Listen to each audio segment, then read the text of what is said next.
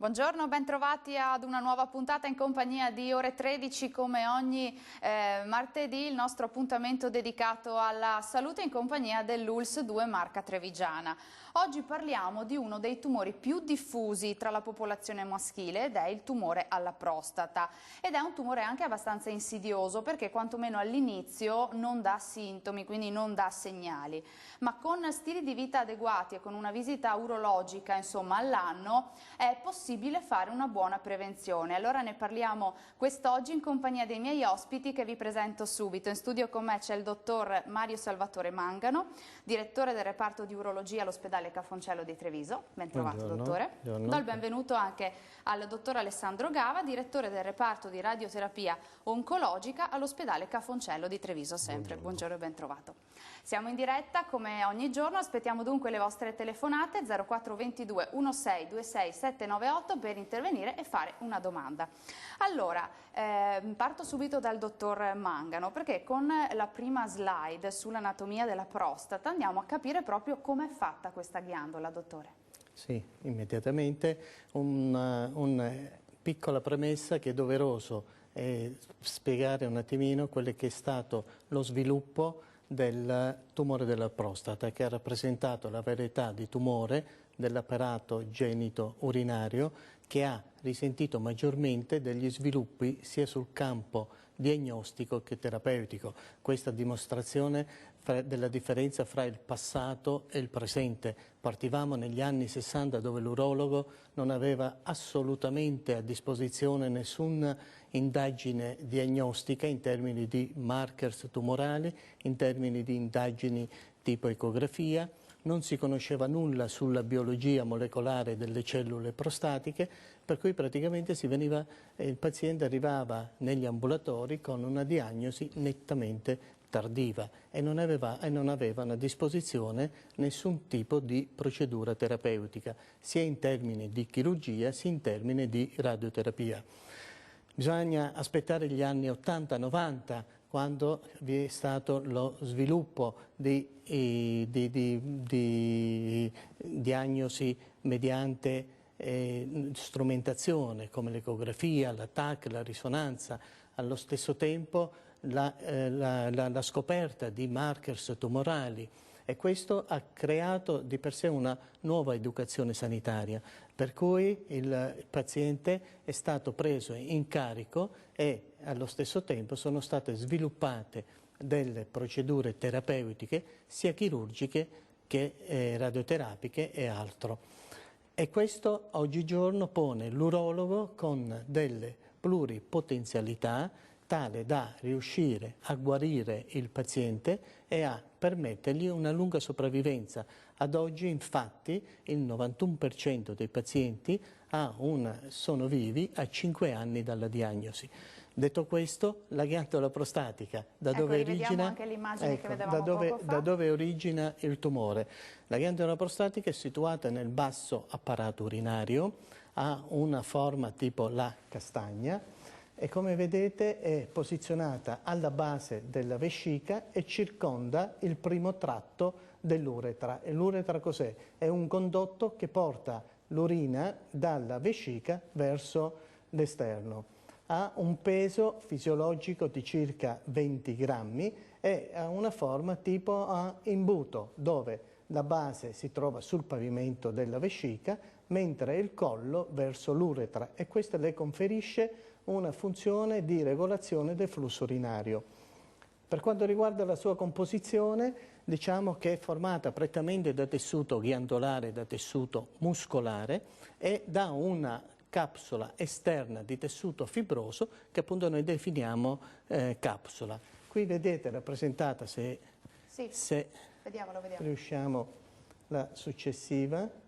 Ecco, prima di andare alla successiva, perché insomma è importante capire anche perché questa ghiandola è così importante, lo stiamo vedendo, ecco. Eccolo qui, questa è una rappresentazione bella dove noi praticamente rappresentiamo la prostata a parte le dimensioni, come un arancio, dove il contenuto interno è la polpa e quindi la parte dove originerà il processo di ipertrofia prostatica benigna, cioè l'ingrossamento benigno, il catetere è la parte dell'uretra, mentre la buccia rappresenta quella capsula che avvolge la ghiandola prostatica, dalla quale origina nella maggior parte dei casi il tumore. Diciamo insomma che questa immagine è molto esplicativa, insomma, fa capire molto bene. Abbiamo una telefonata in studio, la prima vediamo che cosa ci vogliono dire da casa.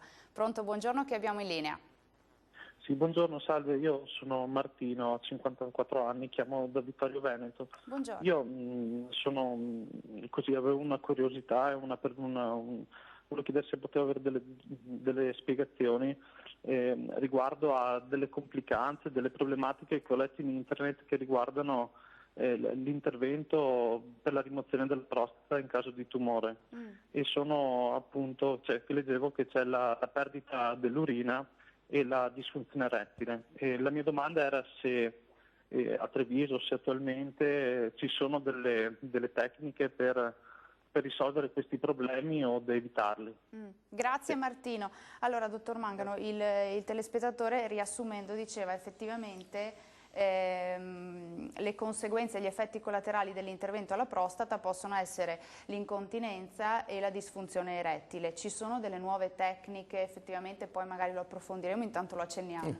Allora, per accennarlo diciamo subito che con il nuovo trattamento chirurgico mediante la videolaparoscopia robot assistita c'è stato un netto decremento in percentuale per quanto riguarda queste due complicanze rispetto alla chirurgia tradizionale a cielo aperto e alla chirurgia videolaparoscopica tradizionale.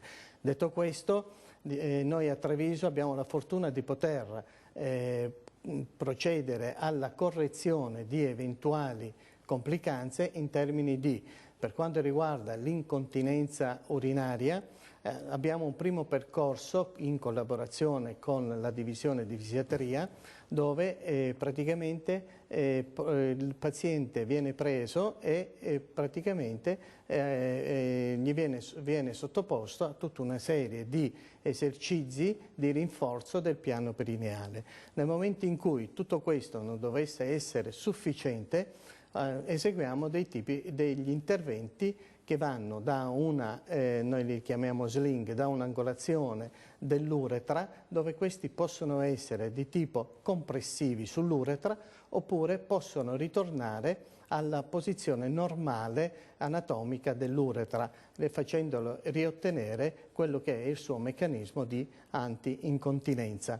Quest'ultimo è la procedura che noi di solito adottiamo. A questa può seguire, se non è sufficiente, e la sufficienza e l'indicazione è data dal grado di incontinenza della incontinenza. Se questa è esclusivamente diurna, adottiamo questo tipo di sistema. Se invece è associata anche un'incontinenza notturna, passiamo a quelli che sono gli sfinteri artificiali che sono circonferenziali, cioè noi mettiamo una cuffia intorno all'uretra, la quale cuffia mediante dei condotti idraulici è collegata a una cuffia e a una pompetta riposta nello scroto, la quale aspira del liquido fisiologico da un serbatoio messo in sede sovrapubblica.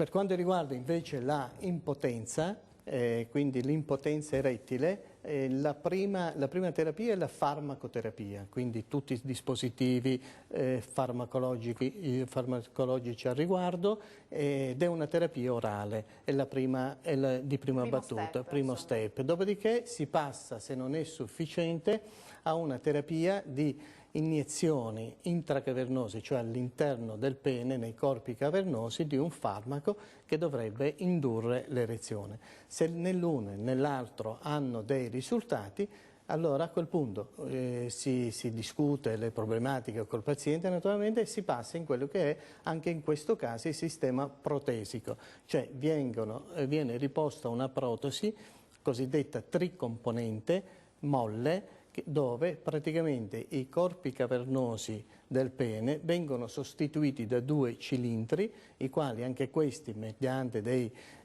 sistemi di canalicoli vengono applicati, collegati ad una pompetta posta a livello dello scroto, la quale aspira anche in questo caso del liquido fisiologico posto in un serbatoio a livello della regione sovrapubica. Quindi insomma, diciamo che a Treviso, anche se ci dovessero essere delle complicanze, a 360 gradi riusciamo a risolvere il problema, a dare una risposta e risolvere il problema. Torniamo alla prostata, no? Abbiamo spiegato insomma, un po' com'è fatta, con un'immagine anche che ci ha spiegato molto bene, però perché è importante questa ghiandola? Quali sono insomma, le sue funzioni? Beh, la funzione è quella di produrre un secreto, cioè un liquido che rappresenta il 30% dell'eiaculato, il quale ha la funzione di nutrire, di proteggere e di rendere più fluido gli spermatozoi, tale da diffondersi con più facilità nel canale vaginale e allo stesso tempo ha un'azione battericida. Senta, come mai a un certo punto si ammala la prostata? Cosa accade? Quali sono un po' le patologie che possono colpire questa ghiandola? Come tutti i meccanismi dell'evoluzione di un tumore, la formazione del cancro avviene in funzione di uno sviluppo incontrollato di cellule, in questo caso di cellule prostatiche. E la condizione che può determinare questo può essere un'alterazione, uno squilibrio ormonale. E questo squilibrio ormonale può essere maggiormente rappresentato e presente con l'età, infatti il tumore comincia a comparire con età maggiore di 50 anni per trovare la sua massima espressione oltre gli 80 anni, dove è presente nel 70-80% dei casi. La familiarità è una condizione anche questa importante e c'è una possibilità di sviluppare un tumore della prostata in maniera 2-3 volte maggiore in soggetti che hanno un padre o un fratello affetto da tumore della prostata. Ci possono essere delle mutazioni genetiche, come ad esempio l'IGF-1, che è simile all'insulina, ma che invece di procedere all'azione verso il metabolismo degli zuccheri, determinano una proliferazione delle cellule prostatiche.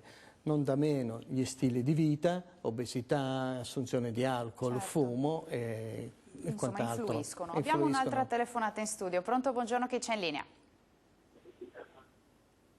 Pronto, buongiorno, chi c'è in linea? Pronto? Pronto, buongiorno, con chi parliamo? Buongiorno Giorgio.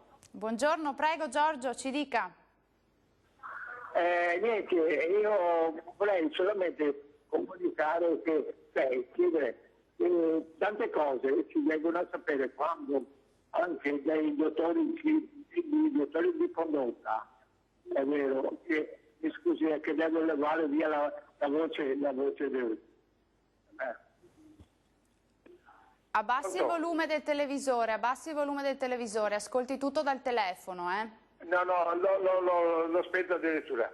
Ah, ecco, ascolti dal telefono, dica. Il fattore è che tante volte anche noi diciamo che si viene a sapere di queste cose quando si sente questi sintomi, abbiamo questi sintomi, gli accertamenti di prelievo, anche sul prelievo del sangue, eccetera, accertamenti vengono solamente fatti quando il paziente si lamenta dal medico condotto, ma alle volte non sappiamo. Io personalmente non ho saputo queste cose quando della prostata, è vero, sul PSA, e tante volte non vedevo prescritto, anche nei tempi, perché visto che ho anche dei figli, eccetera, no?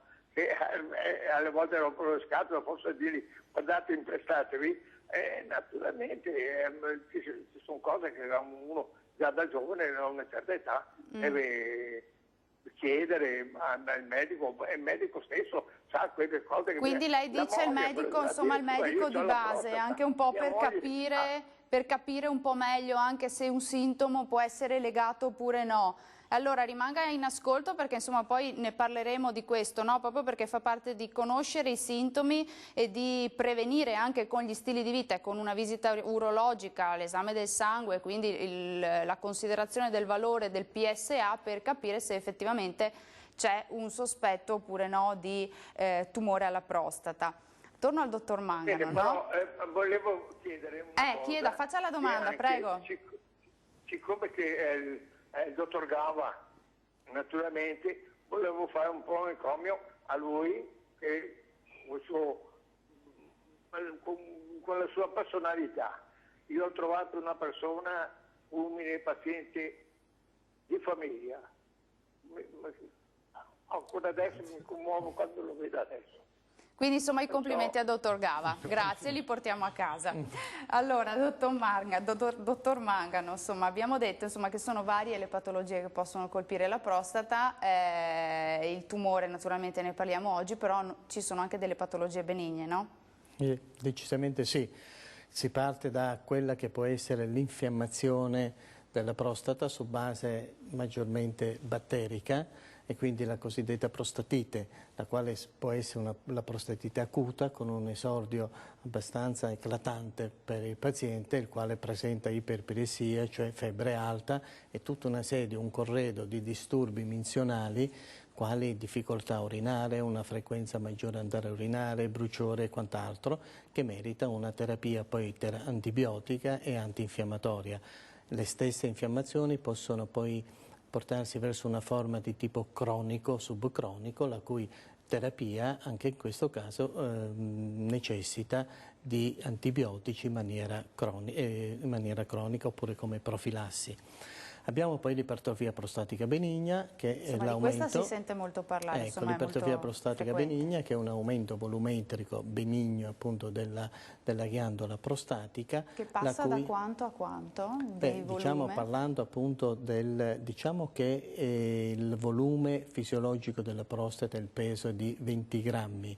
Questo non è che ci sia un peso determinato affinché si possa parlare di ipertrofia prostatica. Comunque nel momento in cui abbiamo dei valori di 50-60 grammi abbiamo già un'evoluzione. Questo perché anche la sintomatologia non è che è determinata poi dal volume della prostata, perché se la prostata cresce all'esterno e quindi non comprimendo quel condotto chiamato uretra, allora il paziente non ha tanti disturbi rispetto a un paziente che magari ha un lieve ingrossamento e cresce tutto centralmente o magari con un lobo centrale, ecco che il paziente magari ha dei fastidi decisamente maggiori.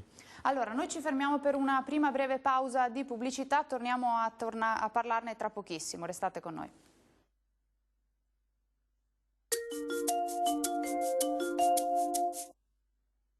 Nazionale.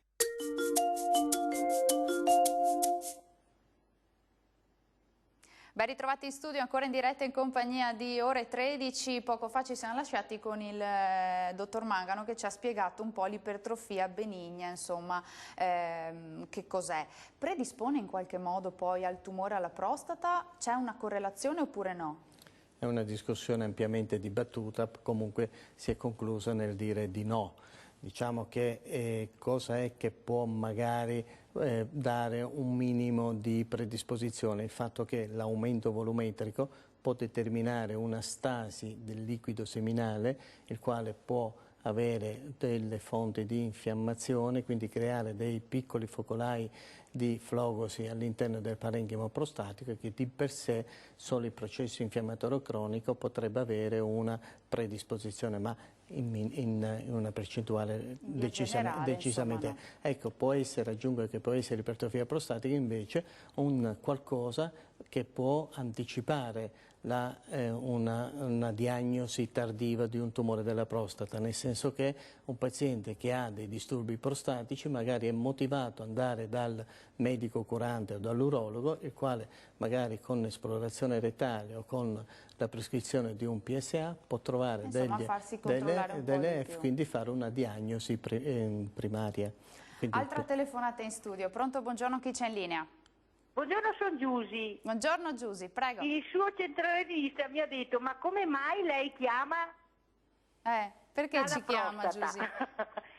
Io chiamo perché, dottori, siccome i nostri mariti non hanno mai coraggio di andarsi a fare una visita, vorrei che ci fosse anche lo screening per gli uomini, per la prostata e anche per le mammelle, ma perché ho sentito dire che possono avere dei tumori anche nelle mammelle, anche gli uomini. È vero, dottore? Chi vuole rispondere? Prego. Ma il problema Grazie Giusy, grazie. Buongiorno e grazie della domanda.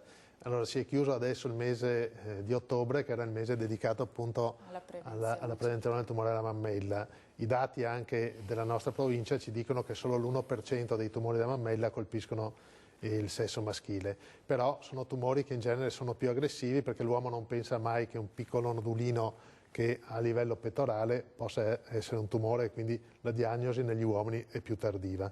Mentre per quanto riguarda, però la cura è la stessa, è una cura chirurgica, più o meno terapia ormonale e radioterapia.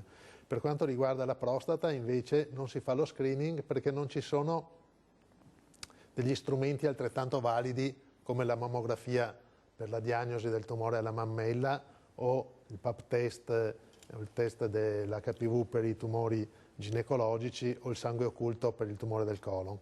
Noi per la prostata abbiamo questo dosaggio del PSA nel sangue che però non è un test così sensibile nell'identificare un tumore, ma può svelare una patologia e che in una quota della metà dei casi può essere un tumore. E poi insomma si va ad approfondire. E quindi si va poi a creare anche tutta una serie di indagini che magari non sono necessarie e possono appesantire quella che è lo stato d'ansia del paziente. Comunque insomma Giusy mi sembrava volesse dire anche che magari gli uomini sono forse un po' meno attenti alla prevenzione, quindi le donne, le mogli, insomma, fanno un po' quell'azione di prevenzione, di spingere. Che telefoni Giusy e che molte mogli spingano i mariti a fare il test del PSA è un segno di questa attenzione, perché la donna è la regista poi della sanità familiare, quindi è sempre lei che spinge, o va addirittura dal medico. Io la prima attività che ho svolto ho fatto una supplenza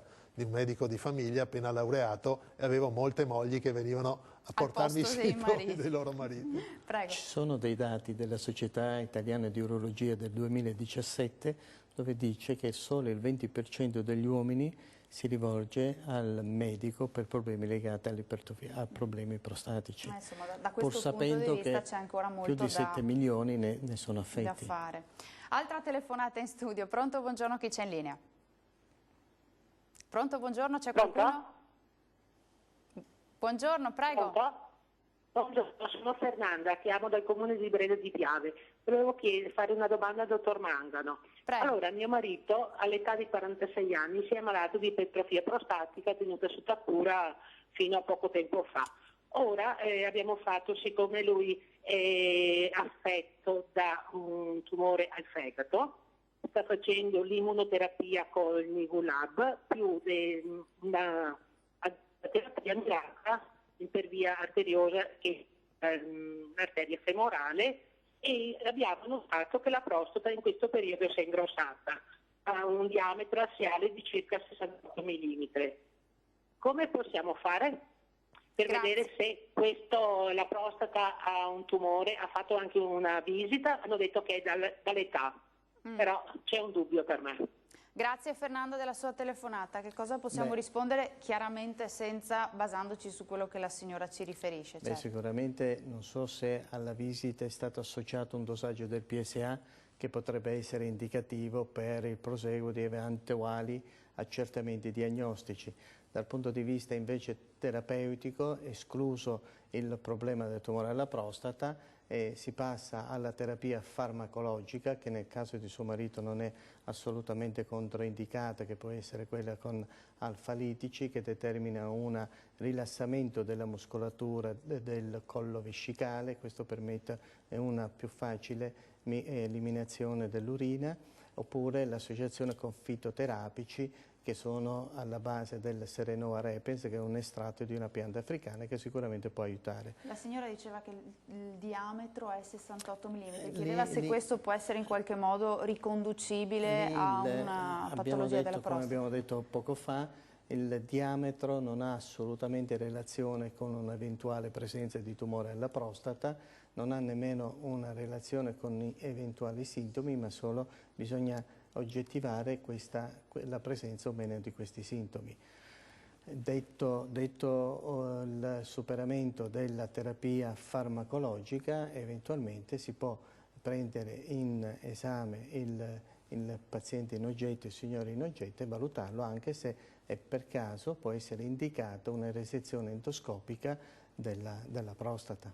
Certo, speriamo insomma di aver risposto alla telespettatrice. Abbiamo un'altra telefonata, pronto? Buongiorno. Buongiorno. Buongiorno. Buongiorno, con chi parliamo? Con Paolo da Mogliano Veneto. Buongiorno, prego Paolo. Vorrei parlare col dottor Gava. Prego, chieda pure. Dottor Gava? Dottor Gava, sì. Mi sente? Sì, la sente. Ecco, vorrei dirle con le sue miracolose... cosa si chiama? Con le sue miracolose radio, lei praticamente mi ha incendiato completamente l'intestino, sicché adesso io mi trovo con la stomia delle feci praticamente stabile, che non si può fare altro. Non bastasse quello, mi trovo col catetere sul pene per l'urina, e avrei anche la vescica da tirare via, e non c'è nessun chirurgo che può fare il lavoro, perché per via delle sue miracolose radio che ha fatto. Allora Paolo, aspetti, fermo, perché ovviamente non possiamo chiaramente conoscere tutto il suo percorso. Cosa possiamo dire, dottore? Naturalmente bisognerebbe conoscere tutta la sua storia clinica e le modalità di cura a cui è stato sottoposto. Io adesso non so se lei abbia fatto una visita di recente da noi, perché questa situazione mi è del tutto sconosciuta.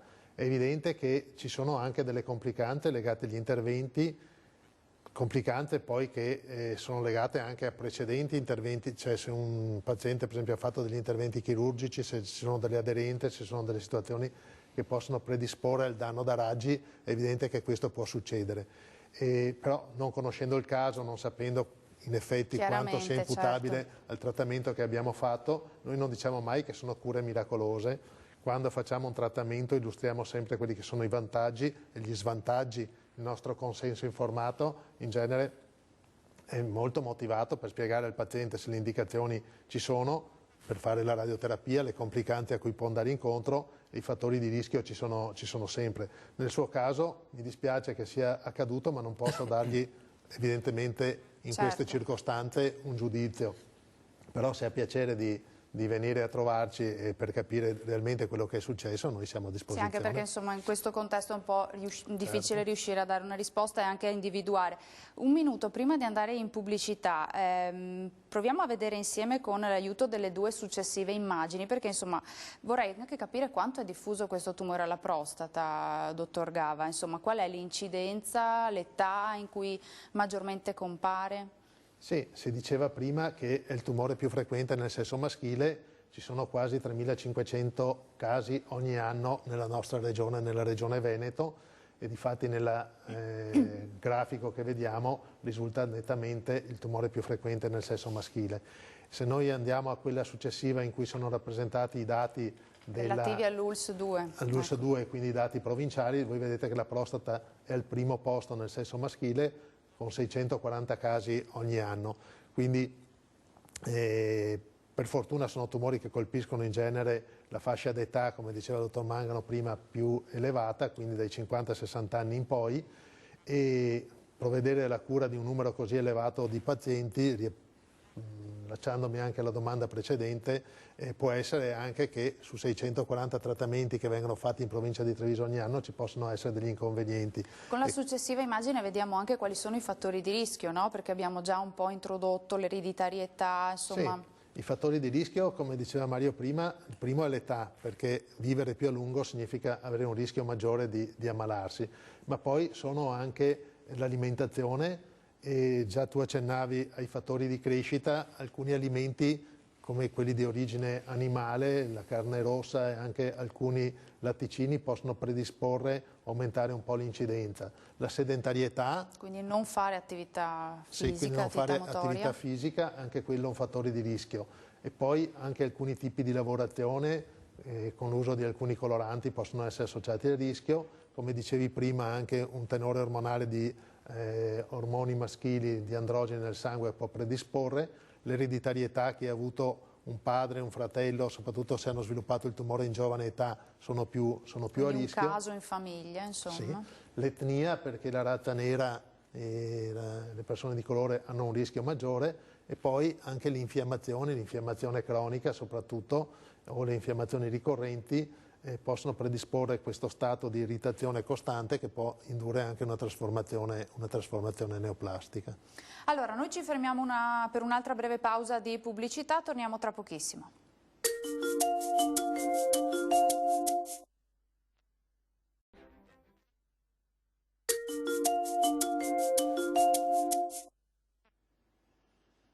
Ben ritrovati in studio, ancora in diretta in compagnia di Ore 13. Prima di tornare a parlare col dottor Mangano di quelli che sono i sintomi del tumore alla prostata, sentiamo che cosa ci vogliono dire da casa. Pronto? Buongiorno, chi c'è in linea?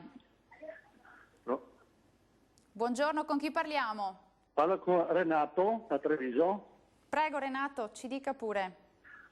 Devo sapere una cosa, io sono anni che faccio revista per la prostata e tutto quanto, e ho sempre trovato il PSA normale. L'ultima volta, adesso qua, se l'ho fatto, ho trovato il PSA che era 100, era alto, e mi hanno fatto quello libero, e quello libero è 0,62. Quindi voleva un attimo capire se è tutto no, nella volevo norma. Sapere, dica. Il PSA totale era 4,27 e mi hanno fatto quello, era 4,27, mi hanno fatto quello libero è 14,5. Io premetto che sono quasi 2 anni che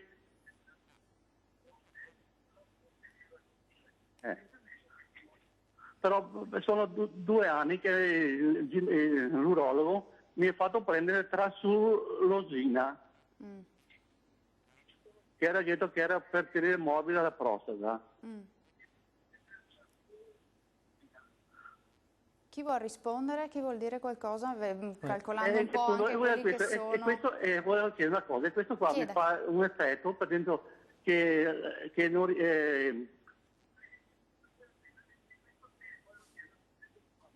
non riesco a avere l'erezione, la sperma fa fatica a uscire, l'erezione è diminuita, diciamo. Ok, abbiamo capito il problema. Chi vuole rispondere? Bene. Dottore, prego. Sì, innanzitutto bisogna relazionare il valore del PSA all'età del signore. Sicuramente il valore di 4, quindi è quella zona grigia da 4 a 10 dove viene ulteriormente dosato il rapporto libero e totale, dove la percentuale che andremo a definire ci darà l'indicazione per un proseguo di cure in funzione di quel tipo di valore del PSA.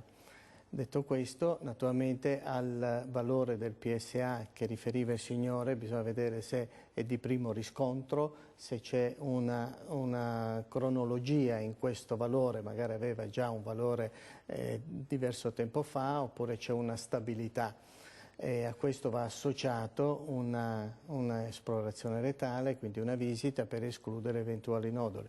Detto questo, se invece il valore di riscontro recentissimo, eventualmente sempre in funzione dell'età può essere necessaria anche nel sospetto obiettivo l'esecuzione eventualmente di una risonanza magnetica multiparametrica. Per quanto riguarda invece l'assunzione del farmaco, il farmaco effettivamente non è diretto ad ammorbidire la prostata. Il farmaco è diretto a dare una maggiore contrazione della muscolatura del collo vescicale, quindi a vincere quell'ostacolo di per sé meccanico dovuto all'ingrossamento della ghiandola prostatica. Dà la retrospermia perché in realtà non era un problema verosimilmente quello che riferiva il paziente di difficoltà ad avere l'erezione, ma quando della retrospermia, cioè l'eiaculato non esce all'esterno ma va all'interno della vescica, avere un cosiddetto orgasmo secco, e questo è proprio dovuto all'azione del farmaco, dell'alfalitico a cui faceva riferimento della tamsulosin, dando un rilassamento della muscolatura del collo. Per una questione di gravità, nel momento in cui c'è l'eiaculazione, lo sperma trova la porta d'ingresso, diciamo così, della vescica aperta, e quindi per una questione proprio così di gravità migra all'interno della vescica. Quindi consigliamo comunque di approfondire?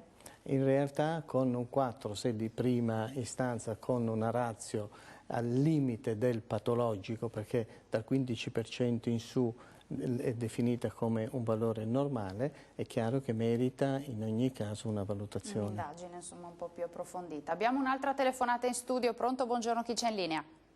Sì, buongiorno, sono Giancarlo Silea. Buongiorno, prego Giancarlo. Sì, volevo domandare al dottor Mangano. Io nel 2003 ho avuto un intervento di prostatectomia al vostro ospedale di Capogello. E io ho domandato la stessa domanda del primo spettatore. Scusi, per risolvere il problema dell'erezione, cosa devo fare prima di essere operato? E loro mi hanno detto, tu devi firmare una carta se vuoi, ti tiriamo via il nervo sudale della gamba dietro, che il nervo sudale sarebbe, il muscolo sudale sarebbe quello tra il polpaccio e la caviglia, ti leviamo il nervo sudale e lo inestiamo sotto il pene. Io ho firmato, infatti ci sono voluti 4 ore di intervento sotto i ferri, tra virgolette, e sì, di questa tecnica però tutte le trasmissioni sull'urologia non ho mai sentito nessuno parlare di questa tecnica di innesto del nervo sudale per vincere l'erezione. Allora, sentiamo se effettivamente questa tecnica, ecco com'è, dottore. Grazie Giancarlo, grazie. Allora, la tecnica dell'utilizzo del nervo sudale è una tecnica che purtroppo risale a un momento di maggiore sua affermazione sul campo scientifico mondiale, però risale a qualche anno fa. E a un certo punto la tecnica è stata adottata in tutti i centri mondiali perché sembrava che il posizionamento di questo nervo che veniva interposto fra la base della vescica e la pregressa zona prostatica facesse sì che ci fosse praticamente una proliferazione di tutta la componente nervosa. In realtà si è visto con il tempo e con i dati che poi sono sovraggiunti, sempre parliamo a livello mondiale, la tecnica non ha portato a quei risultati a cui si sperava e a cui si mirava. Dottor Gava, come viene fatta la diagnosi di tumore alla prostata? Ma la diagnosi può essere una diagnosi clinica che fa l'urologo quando visita un paziente. L'esplorazione rettale può evidenziare un nodulo, soprattutto se questo si manifesta sulla parte periferica e posteriore della prostata. Oppure può essere legata al dosaggio di questo indicatore che è il PSA, che è una glicoproteina che in genere sta dentro la prostata e che quando c'è una disfunzione può essere liberata anche nel sangue. E viene misurato con un prelievo del sangue. Quando troviamo un PSA alto possiamo indurre poi una serie di accertamenti che possono prevedere, oltre alla visita, anche l'ecografia, come si diceva prima, che può essere un'ecografia con una sonda endorettale, e adesso c'è uno strumento molto più preciso che è la risonanza multiparametrica, cioè la risonanza fatta con delle acquisizioni in fasi diverse, con la diffusione e la proliferazione, che vanno proprio a studiare se c'è una proliferazione di vasi all'interno del nodulo o se c'è un incremento della proliferazione cellulare. Queste metodiche permettono di graduare poi, forse abbiamo anche una slide che ci mostra appunto la risonanza. Ci permettono di graduare il rischio che quel nodulo che è stato apprezzato alla risonanza possa essere un nodulo assolutamente benigno quando lo definiamo PIRADS 1 o ad alto rischio di essere un nodulo maligno ad alta aggressività quando lo definiamo, il radiologo lo definisce PIRAD 5. Quindi la risonanza è uno strumento molto più specifico che poi viene usata anche dall'urologo per fare delle biopsie. Sulla prossima abbiamo un'indicazione di come vengono fatte. Sì. La biopsia fusion, cioè la capacità di sommare e fondere le immagini dell'ecografia e della risonanza per mirare con molta precisione la biopsia nel nodulo che è più sospetto. Questo permette di ridurre il numero di biopsie negative e di aumentare il numero di diagnosi Insomma, precise. con questo è ancora più accurato l'esame. È molto più accurato. Altra telefonata in studio. Pronto, buongiorno, chi c'è in linea? Dottoressa, buongiorno. Buongiorno signora. Sono una cittadina e vorrei restare anonima per quello che vi sto chiedendo. Va bene, prego signora, dica pure. Allora, intanto buongiorno ai suoi gentilissimi ospiti e spero mi possano dare una risposta esaustiva. Una persona che è stata al Montevenda nella galleria 80 metri sottoterra dove c'era il radon, che se ne parla moltissimo perché sono morti tante persone. Partendo dalla prostata con tumore, passando all'infiammazione ai polmoni e poi al cervello con glioblastoma, il radon del Montevenda può chiedere il permesso in una persona, prendo quella cellula, perché nelle statistiche stanno dicendo che solo ai polmoni il radon prende la malattia del tumore. Ma è possibile che il radon chieda il permesso oppure una persona si ammala di tutte queste malattie senza avere un nesso di causa? Ma se il radon è micidiale solo per i polmoni o anche le altre parti del corpo? Allora signora, vediamo se riusciamo a dare una risposta a questa sua domanda. Quindi se questa sostanza, chiedo, si può insomma andare ad intaccare anche gli altri organi? Allora, il radon è un gas e quindi sono delle particelle radioattive che sono contenute in questo gas, per cui la signora era documentata, c'è una letteratura abbondante che correla un'esposizione a questo gas all'insorgenza di tumori al polmone, perché vengono inalati, vengono respirati e quindi queste particelle si fermano di più negli alveoli polmonari.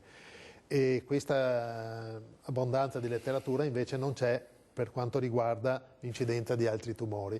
Adesso io non so nel Montevenda che livelli di radon, perché è evidente che bisogna fare delle misurazioni e capire quanto era l'esposizione, perché anche molte case contengono radon, soprattutto quelle che sono costruite col travertino, con alcune pietre che vengono utilizzate soprattutto in alcune aree geografiche, per cui si suggerisce per esempio anche in queste circostanze di areare molto più spesso le stanze, soprattutto se sono materiali che vengono usati anche per la collettività nelle scuole eccetera.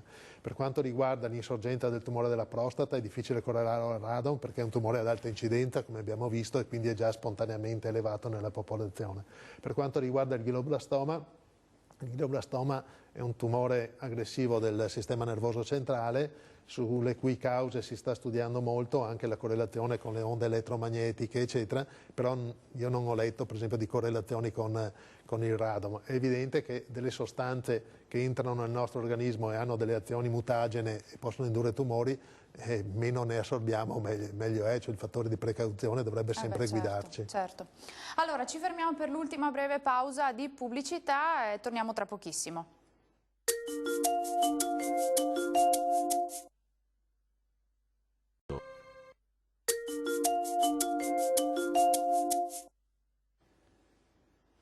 Ben ritrovati in studio, ancora in diretta in compagnia di Ore 13, abbiamo parlato di tumore alla prostata, andiamo allora a vedere con il dottor Mangano insomma, le potenzialità di cura, quindi esiste l'intervento tradizionale, esiste l'intervento robotico, vediamo anche le due slide che ci raccontano insomma un po' questo intervento robotico che si fa al Cafoncello di Treviso, come si fa? Sì, naturalmente se la malattia risulta essere confinata, l'indicazione dell'urologo sarà quella di proporre la prostatectomia radicale. Naturalmente nel nostro reparto abbiamo da quasi 4 anni e mezzo il sistema robot Da Vinci. Questo ci permette di avere una maggiore selettività. Vedete lì la posizione dell'operatore che è distante 4-5 metri dal tavolo operatorio dove è posizionato il paziente. Questo cosa ci permette rispetto alla chirurgia tradizionale? Di avere maggiori perdite ematiche durante l'intervento, avere dei dolori da parte del paziente decisamente inferiori rispetto alle prime 2 procedure chirurgiche e allo stesso tempo avere quella definizione sulle strutture tale da permetterci di risparmiare e di rispettare meglio quello che saranno poi i meccanismi riguardanti la continenza urinaria e la disfunzione erettile, che sono le 2 vere complicanze a cui il paziente... Cosa vediamo? Qui vediamo praticamente l'organo è inteso come prostatectomia radicale, cioè la prostata alla quale va associata l'asportazione delle vescichette seminali. Quindi questa è la procedura di prostatectomia radicale. Vediamo anche la successiva e le vescichette. Vediamo anche la successiva, che è un grafico e ci racconta sta a dimostrare cosa velocemente, a dire cosa, che a un certo punto noi quelli sono le nostre attività, la nostra attività chirurgica fino al 2014. Anno in cui quando c'è stato in certo qual modo l'esplosione a livello internazionale, poi a livello anche scientifico italiano dell'attività robotica, noi abbiamo avuto un risentimento nella nostra struttura, dove il paziente praticamente informato oramai con il sistema internet, così avevamo avuto un calo del numero degli operati. Dal 2015, da quando noi abbiamo il robot in casa, di nuovo ci siamo proiettati verso un'ascesa di numeri di pazienti sottoposti a questo tipo di procedura chirurgica. Certo. Dottor Gava, invece qual è il ruolo della radioterapia? E vediamo anche un video che ci racconta che cosa, adesso lo andiamo a spiegare. Direi che la radioterapia occupa un ruolo strategico insieme alla chirurgia nel trattamento dei tumori della prostata, sia soprattutto dei tumori confinati dove si hanno risultati molto lusinghieri.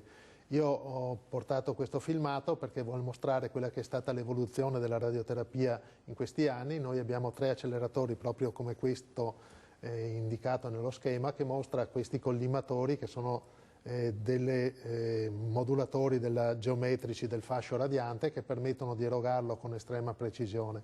Prima di fare ogni trattamento la macchina fa un giro per permettere di apprezzare se il paziente è nell'esatta posizione in cui deve essere e il tumore o l'organo bersaglio anche, e una volta che abbiamo corretto eventuali piccoli spostamenti l'acceleratore eroga un fascio di radiazioni molto collimato, molto preciso, ruotando attorno al paziente e si conforma precisamente al bersaglio, all'organo da irradiare.